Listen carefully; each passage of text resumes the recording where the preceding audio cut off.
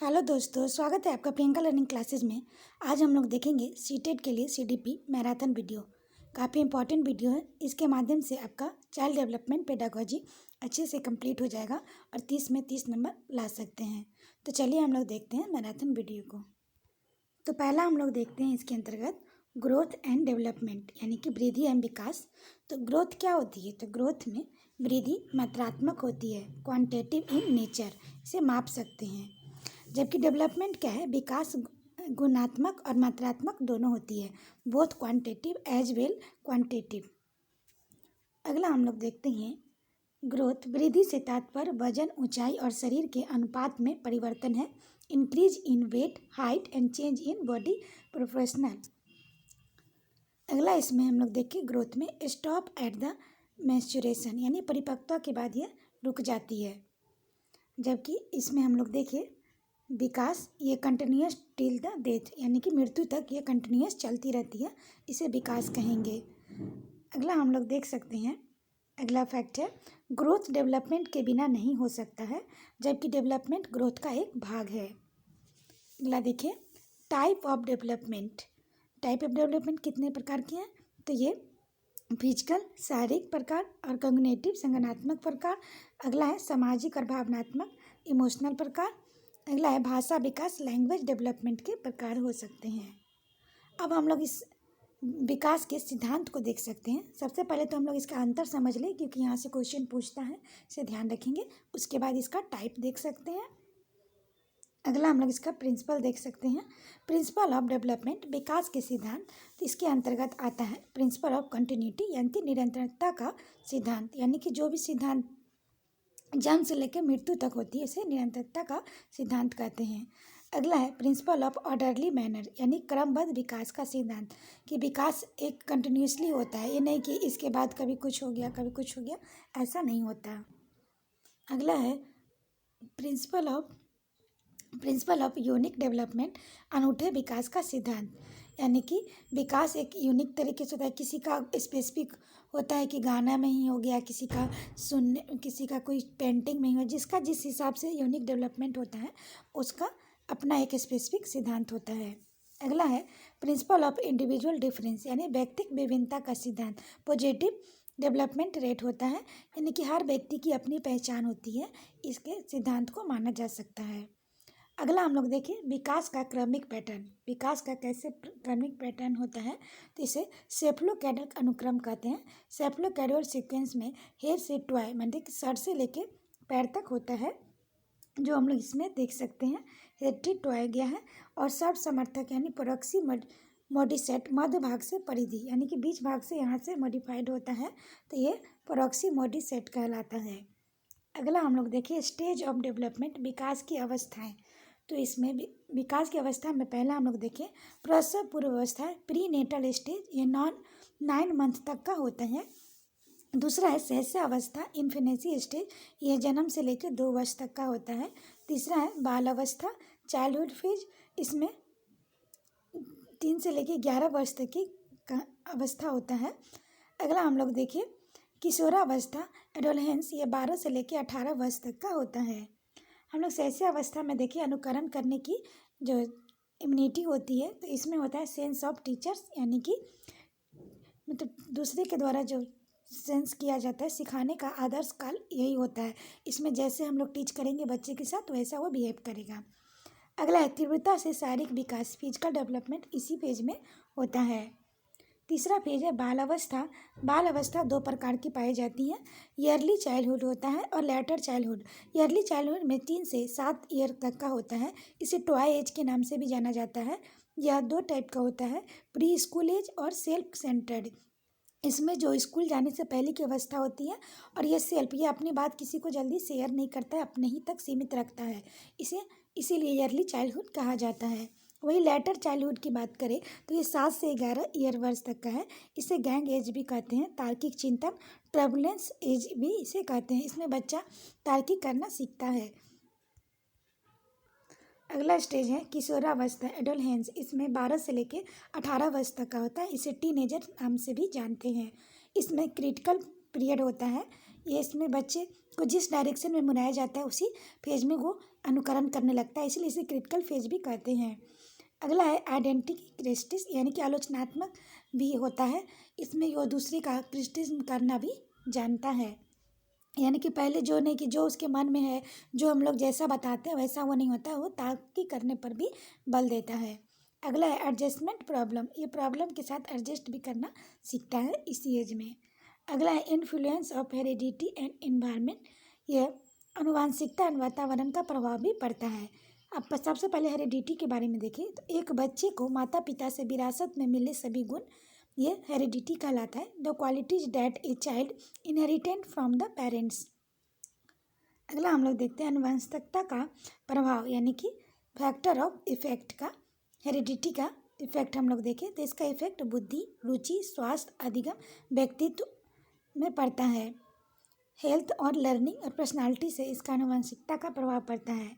Environment के बारे में देखें तो सराउंडिंग, हमारे चारों तरफ का माहौल एक्सेप्ट जीन यानी आनुवंशिकता को छोड़ के ये इन्वायरमेंट कहलाता है। अगला हम लोग देखें नेचर वर्सेज नर्चर्स, यानी कि पोषण।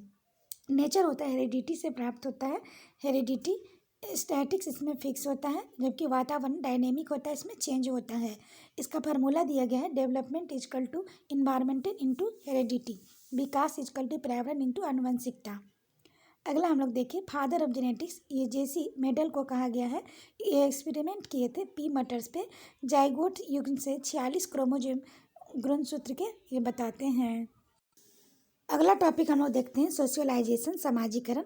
समाजीकरण क्या होता है? किसी संस्कृति या समाज के मापदंडों को व्यवहार में लाने का कार्य होता है। The act of adapting behaviour to the norms of culture और सोसाइटी, यानी कि किसी संस्कृति और समाज के मापदंडों के व्यवहार में के अनुरूप लाने का कार्य होता है। हम लोग सबसे पहले देखें समाज क्या है। समाज संस्कृत का शब्द आया है, ये इसका अर्थ हम लोग देखें, संधि विच्छेद करें, सम जोड़ अज होता है। सम का अर्थ होता है इकट्ठा, अज का अर्थ होता है साथ रहना। ये दोनों का संधि मिलके सोसाइटी का निर्माण करता है। अगला हम लोग देखें समाजीकरण औपचारिक यानी फॉर्मली और अनौपचारिक रूप में होता है, इनफॉर्मली में कंटिन्यूअस होता है।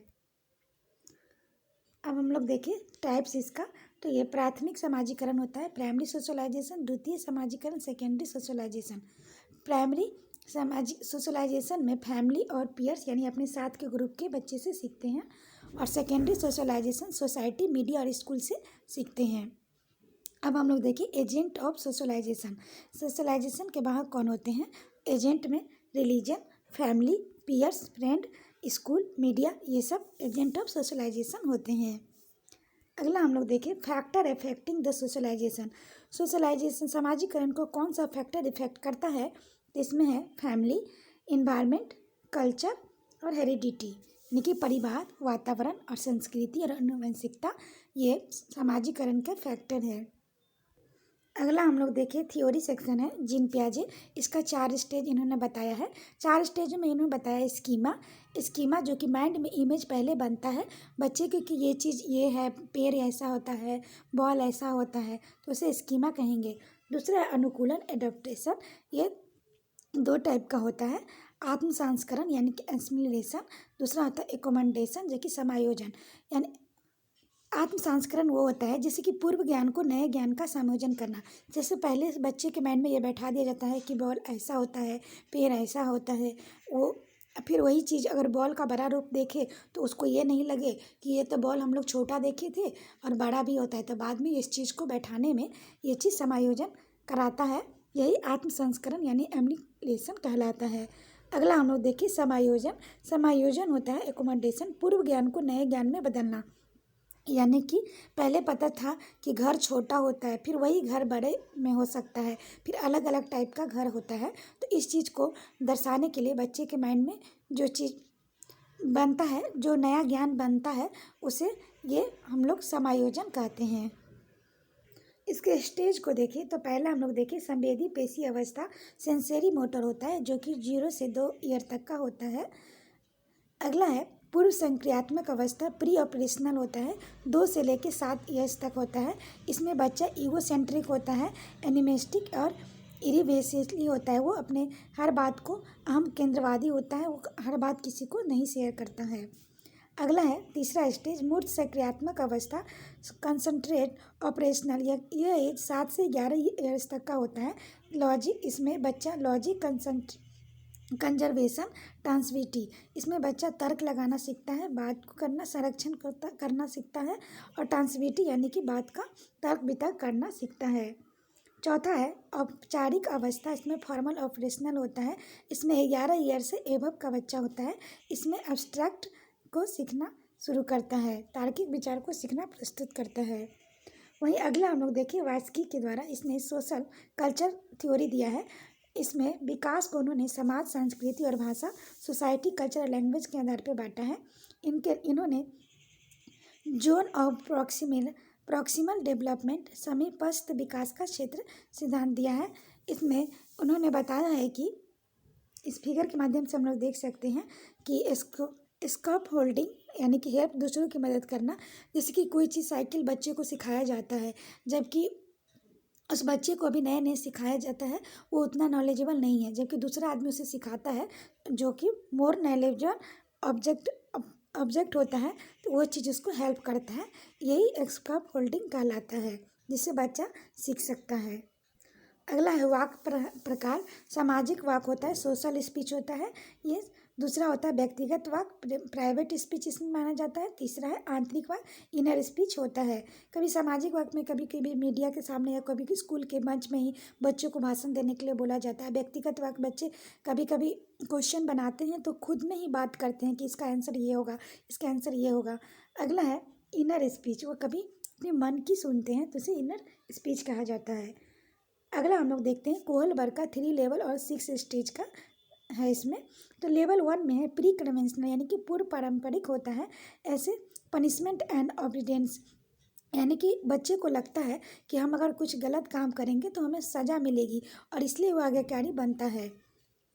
अगला है इंस्ट्रूमेंटल एक्सचेंज, यानी कि बच्चे लालच के कारण अपने नैतिक आचार को अपनाता है, जिसमें वो देखता है कि हम बच्चे को आज हम टिफ़िन दे देंगे, आज उसका हेल्प कर दिए टिफ़िन खिलाने में, तो वो भी हमको कल होके कुछ लाएगा तो कुछ खिलाएगा, इसलिए बच्चा नैतिक व्यवहार को अपनाता है। इसका लेवल 2 है कि कन्वेंशनल पारंपरिक स्तर, इसमें गुड बॉय और नाइस गर्ल।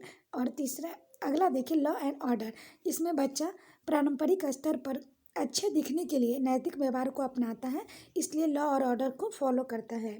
तीसरा लेवल में हम लोग देखें पोस्ट कन्वेंशनल उत्तर पारंपरिक स्तर, इसमें सोशल कॉन्ट्रैक्ट यानी सामाजिक अनुबंध, एक्सेप्ट नॉट एक्सेप्ट पर बल देता है। यूनिवर्सल इथिकल होता है, जो चीज़ यूनिवर्स में इथिकल है उसे वो अपनाने पर बल देता है, किसे अपनाना चाहिए किसे नहीं अपनाना चाहिए, सामाजिक के बंधनों को, इसलिए उसमें ध्यान देता है, इसलिए वो नैतिक व्यवहार को भी अपनाता है। परीक्षण हम लोग देखें मोरल डिलेमास होता है, यानी कि दुविधा, डिलेमा इसको कह सकते हैं। मोरल डिलेमा जैसे दुविधा में डालता है। इसमें एनसीईआरटी में एक बुक में ये कहानी दी गई है कि हेंस की कहानी है, जिसकी वाइफ बीमार होती है, दवा बहुत महंगा रहता है, वह गरीब व्यक्ति है, डॉक्टर एडवाइस करता है वाइफ को बचाना है तो केमिस्ट के शॉप से दवा खरीद के लानी होगी, और दूसरा ऑप्शन बताता है कि या तो दवाइयाँ खरीद के दे या चुरा ले, या दूसरा वाइफ को उसके हाल पे छोड़ दे। तो ये दुविधा को प्रदर्शित करता है। हेंस को इसमें क्या करना चाहिए, हेंस क्या सही है या गलत, उसे दवा चुरा लेनी चाहिए या वाइफ को उसी हाल पे छोड़ना चाहिए, ये दुविधा को प्रदर्शन करता है, जो कि एनसीईआरटी बुक में दिया गया है। अगला है इंक्लूसिव एजुकेशन यानी समावेशी शिक्षा।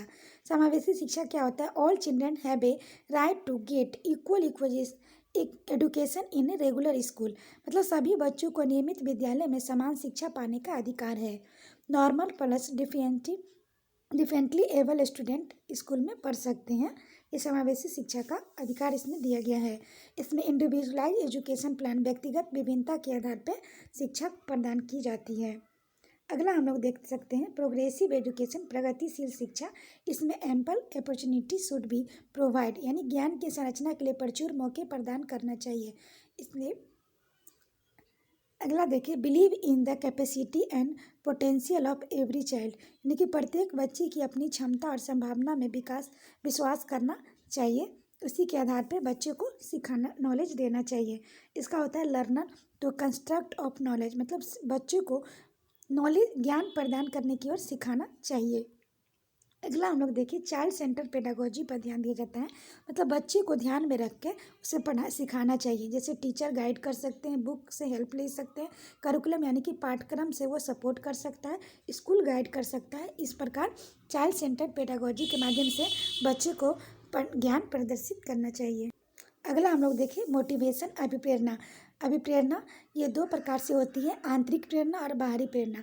आंतरिक में इंट्रिंसिक, ये हमें अपने मन से कोई, जैसे हमें ये एग्ज़ाम पास करना है तो ये आंतरिक प्रेरणा है कि हमको किसी भी हाल में सीटेट का एग्ज़ाम पास करना है, तो ये आंतरिक प्रेरणा है। जबकि एक्सटेंसिक बाहरी प्रेरणा, जबकि किसी आदमी के द्वारा कहा जाएगा नहीं आप सीटेट पास कर लो, आपके लिए ये आवश्यकता है, तो कि उतनी क्षमतावान नहीं होती है जितना कि आंतरिक प्रेरणा काम करती है। अगला हम लोग देखें बुद्धि। इंटेलिजेंस क्या है? नए वातावरण में अच्छी तरह से तालमेल बनाना इंटेलिजेंस कहलाता है।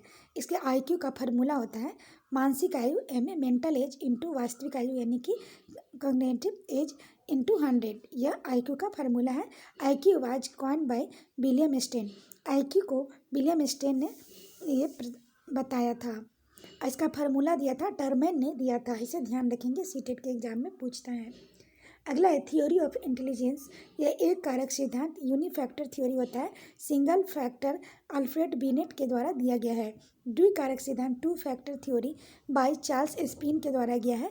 इसमें विशिष्ट कारक स्पेसिफिक फैक्टर होता है, यानी कि एक विषय में एक्सपर्ट बच्चा जो होता है, जैसे किसी को गाना गाने में ज़्यादा मन लगता है तो उसी फील्ड में वो आगे बढ़ता है, किसी को डांसिंग में, किसी को पेंटिंग में, तो ये सब हो जाएगा स्पेसिफिक फैक्टर। वही यह समान कारक यानी जनरल फैक्टर में होगा, जैसे सब बच्चे जनरल पढ़ रहे हैं वैसे वो बच्चे पढ़ते हैं, तो उसे द्विकारक सिद्धांत कहते हैं। अगला है बहुबुद्धि सिद्धांत, multiple intelligence theory, Harvard gardener द्वारा दिया गया था। मल्टी डायमेंशनल होता है। ये 8 टाइप का इंटेलिजेंस होता है, लैंग्विस्टिक यानी भाषाई के आधार पर। दूसरा है लॉजिकल मैथमेटिकल तार्किक गणितीय शिक्षा पर बुद्धि इसमें होता है कि तार्किक गणितीय चीज़ जल्दी हल कर लेता है, मैथ के सारे फार्मूला को चुटकी भर में वो सारे क्वेश्चन को सॉल्व कर लेता है। म्यूजिकल सांगीतिक यानी कि कोई आदमी म्यूजिक के फील्ड में बहुत अच्छे अपना बुद्धि का प्रयोग कर सकता है, जैसे सुर ताल का एकदम अच्छे से उसे पता होता है, ऐसे गाता है जैसे उसको नियम पता ही हो। अगला है इंट्रापर्सनल यानी अंतर वैयक्तिक। इसमें सेल्फ समझाना होता है कि हाँ हम कैसे हैं, मेरा कितनी क्षमता है, हम पढ़ने में ऐसे है, ये अंतर वैयक्तिक होता है। वहीं इंटरपर्सनल अंतर वैयक्तिक होता है, इसमें हम लोग दूसरे को भी समझते हैं, इस दूसरे को समझने में भी इसमें बुद्धि का प्रयोग करते हैं। अगला है बॉडी काइनेसिक यानी दैहिक इंद्रियगत, बॉडी को बैलेंस करते हैं। जैसे कि स्पोर्ट्समैन होता है कि हमें इस खेल के क्षेत्र में आगे बढ़ना है, उसी के हिसाब से बॉडी को बैलेंस करते हैं, दौड़ते हैं, बॉडी फिटनेस पे ध्यान देते हैं। अगला है स्पेक्टिकल यानी स्थानिक, माइंड इमेज करते हैं, जैसे आर्किटेक्चर करते हैं, मूर्तिकार इसका करते हैं, पहले माइंड में इमेज बना लेते हैं तब वो उसे पेंटिंग के लिए कागज़ पे उतारते हैं, तो इसलिए काल्पनिक दुनिया का इसमें बुद्धि लगाते हैं। अगला हम लोग देख सकते हैं नेचुरलिस्टिक प्राकृतिक। ये प्राकृतिक चीज़ में अपने बुद्धि लगाते हैं, जैसे कि कोई चीज़ में यहाँ कर देंगे तो ये नेचुरल चीज़ होने लगेगा, इसमें ये बुद्धि लगाते हैं। अगला है एनसीएफ 2005, काफ़ी इंपॉर्टेंट है। इसका फुल फॉर्म है नेशनल करिकुलम फ्रेमवर्क, राष्ट्रीय पाठ्यचर्या फ्रेमवर्क। ये एक डॉक्यूमेंट होता है, इसमें हाउ टू टीच चिल्ड्रेन, बालकों को क्या, क्यों और कैसे पढ़ाना है। इसके चेयरमैन थे जब ये लागू हुआ था प्रोफेसर यशपाल। एनसीएफ 2005 प्रिपेयर किया गया था एनसीईआरटी के लिए। इसका एनसीएफ 2005 का जो मेन थीम है, इसमें मेकिंग एग्जामिनेशन मोर फ्लेक्सिबल, यानी कि एग्ज़ाम को काफ़ी लचीला बनाना है, जैसे कि बच्चों में एग्जाम फोबिया होता है वो सबको दूर भगाना है। दूसरा है ऑल राउंडर डेवलपमेंट, उससे समावेशी विकास पर जोर देना है। अगला है connective knowledge to external world, उससे बाहरी दुनिया जीवन से भी जोड़ना है। अगला है learning shift from the rate method यानी लर्निंग बाय डूइंग, मतलब करके सीखने पर बल देना है। अगला है आरटी राइट टू एजुकेशन 2009, शिक्षा का अधिकार देना है। इसमें every child between the age of 6 to 14 years has the right to free and compulsory education, मतलब निःशुल्क और अनिवार्य शिक्षा प्रदान करना है 6 से 14 वर्ष के लिए, जो कि नॉर्मल है। वहीं डिसेबल के लिए 6 से 18 वर्ष, इसे ध्यान रखेंगे, सीटेट एग्जाम में पूछा हुआ है। और इसका निर्माण हुआ था 2009 में। इसे लागू कब कर किया गया था, तो 1 अप्रैल 2010 में, एक्सेप्ट जम्मू कश्मीर को छोड़कर। और ये संविधान संशोधन 86वें संशोधन में हुआ था और आर्टिकल 21A के तहत हुआ था। इसका ऑफिशियल नेम देखें, the right of children to free and compulsory education act 2009 इसका ऑफिशियल नेम है। इसमें pupil teachers ratio primary level पे 30 स्टूडेंट पर एक टीचर होना चाहिए, वहीं अपर प्राइमरी पर 35 स्टूडेंट पर एक टीचर होना चाहिए। इसका न्यूनतम कार्य दिवस 200 डेज होता है। 800 घंटे प्राइमरी लेवल पे होता है, वहीं अपर प्राइमरी लेवल पर 220 डेज होता है। 1000 घंटे अपर प्राइमरी लेवल पर। ज्ञान के बारे में देखें तो ईवीएस को 25% आरक्षण है। 1 से 5 कक्षा के लिए दूरी एक किलोमीटर होना चाहिए। अपर प्राइमरी के लिए 3 किलोमीटर दूरी कम से कम होना चाहिए। और स्कूल मैनेजमेंट कमेटी के अध्यक्ष अभिभावक पेरेंट्स होते हैं। अगला टॉपिक है एवुलेशन मूल्यांकन। सीसी सतत एवं व्यापक मूल्यांकन असेसमेंट आकलन होता है। Assessment of learning term in यानी कि संकलात्मक आकलन। इसमें हम लोग होते हैं बच्चे को सिखाकर जो हम लोग एग्ज़ाम लेते हैं सेमेस्टर वाइज, वो 6 मंथ पे, तो इसमें अधिगम का आकलन करते बच्चा कितना सीखा है, क्या नॉलेज में उसकी कमी रही है, ये सब चीज़ हम लोग उसका मूल्यांकन करते हैं। अगला assessment for learning during learning process, संरचनात्मक आकलन। बच्चे क्लास में जो पढ़ाई हो रहा है उसे कितना सीखा है कितना नहीं सीखा है उस पर जोर देना चाहिए, अधिगम के लिए आकलन करते हैं। अगला है assessment of learning self reflect, यानी अधिगम के रूप में आकलन करना चाहिए कि बच्चे अपने से कितना सीखा है, वो उस पाठ में कितना रुचि रखा है, इस पर इसका मूल्यांकन करना चाहिए। अगला है gender as a social context, यानी कि जो लिंग आधारित बिहेवियर है उस पर ध्यान देना चाहिए। जिसमें हम लोग देख सकते हैं इसमें कुछ प्रॉब्लम होती है, जैसे लर्निंग का और डिसेबिलिटी। डिसलेक्सिया होता है तो ये रीडिंग पे अगर प्रॉब्लम आती है तो डिसलेक्सिया कहलाती है। राइटिंग में प्रॉब्लम आती है तो ये डिसग्राफिया कहलाती है। मैथमेटिक्स में अगर गणना करने में प्रॉब्लम आती है तो कैलकुलिया कहलाती है।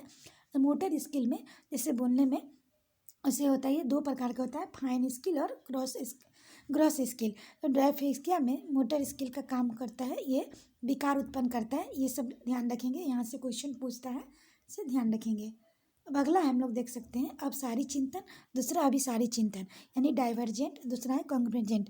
डाइवर्जेंट चिंतन क्या होता है, इसमें बहुत सारे क्वेश्चन होता है, एक क्वेश्चन को बच्चे बहुत सारे मेथड से सॉल्व कर सकते हैं। इसमें क्रिएटिविटी को बच्चा प्रदर्शित करता है, जबकि कन्वर्जेंट में कि बहुत सारे फैक्टर से बच्चा एक आंसर तैयार करता है, तो यह कन्वर्जेंट होता है।